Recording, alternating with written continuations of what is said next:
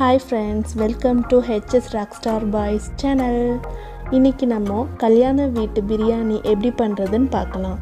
அதுக்கு என்னென்ன பொருட்கள் தேவைன்னா பிரியாணி இலை, ஏலக்காய், பட்டை, லவங்கம், மராட்டி முக்கு, கிராம்பு, தனியாத்தூள், மிளகாத்தூள், லெமன் ஜூஸ், உப்பு, கர்டு, ஹோம்மேடு மசாலா, ஆனியன், தக்காளி, green chilli, coriander leaf, mint leaf, marinated chicken, rice அவ்வளோதான். இப்போ குக்கரை ரெடியாக வச்சுக்கிட்டு அது சூடானதுக்கப்புறம் எண்ணெய் 2 குழிக்கரண்டி எண்ணெய் ஊற்றிட்டு அதுக்கப்புறம் நெய் போடணும். நெய் போட்டு ரெண்டுமே சூடானதுக்கப்புறம் நம்ம அந்த சேர்த்து வச்ச ஸ்பைசஸ் இருக்குல்ல, பிரியாணி இலை, கிராம்பு, பட்டை, ஏலக்காய், மராட்டி முக்கு, ஸ்டாரு அதெல்லாம் இருக்குல்ல, அதெல்லாம் நமக்கு ஒன் பை ஒன்னாக சேர்க்கணும்.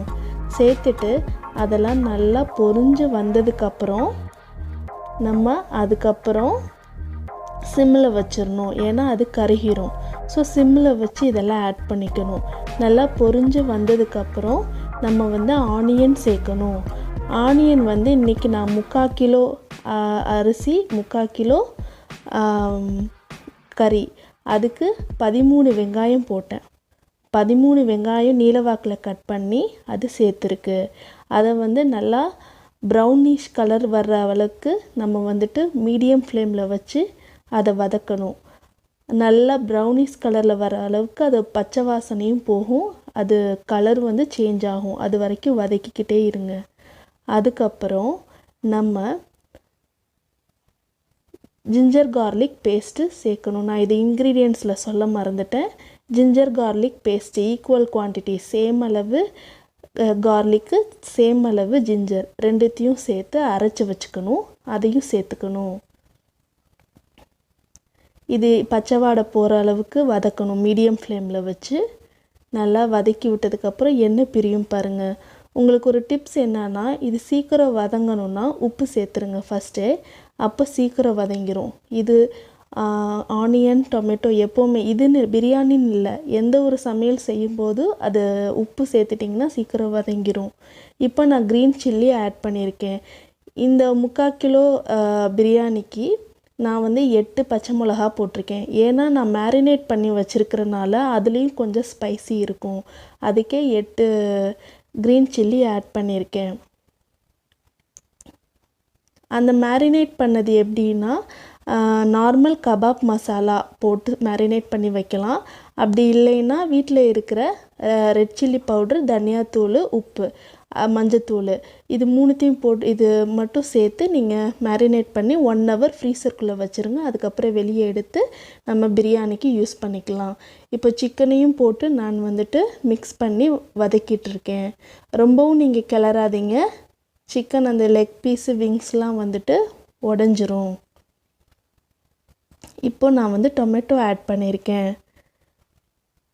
டொமேட்டோ ஆட் பண்ணிவிட்டு நல்லா வதக்கி விட்டுட்ருக்கேன். இதே மாதிரி விடுங்க.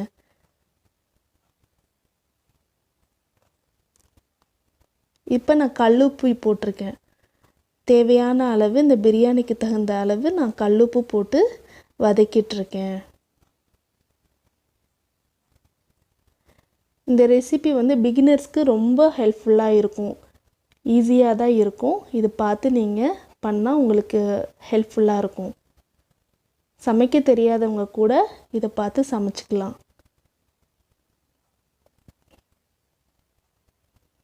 பாருங்கள், நல்லா வதக்குங்க. கொஞ்சம் கொஞ்சம் எண்ணெய் வெளியே வருது பாருங்கள்.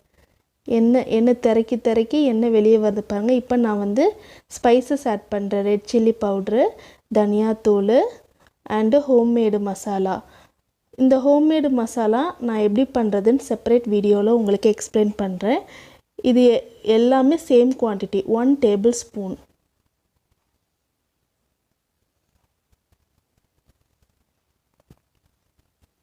நல்லா வதக்கி விடுங்க, நல்லா வதக்குங்க. பாருங்கள், பார்க்கும்போதே தெரியுது எண்ணெய் பிரிஞ்சு நல்லா செப்பரேட்டாக தெரியுது பாருங்கள். இப்போது சம அளவு கொத்தமல்லியும் புதினாவும் நான் கழுவி வெட்டி நறுக்கி வச்சுருக்கேன்.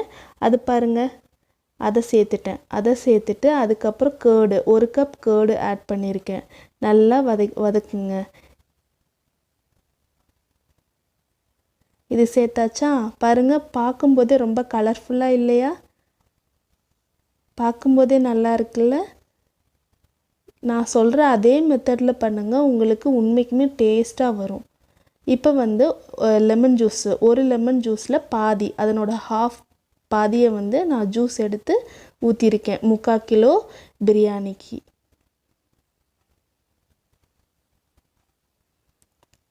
இப்போ வந்துட்டு அரிசி, சோனா மசூரி அரிசி, நான் கர்நாடகா பெங்களூரில் இருக்கிறனால இங்கே வந்து சோனா மசூரி அரிசி தான் கிடைக்கும்.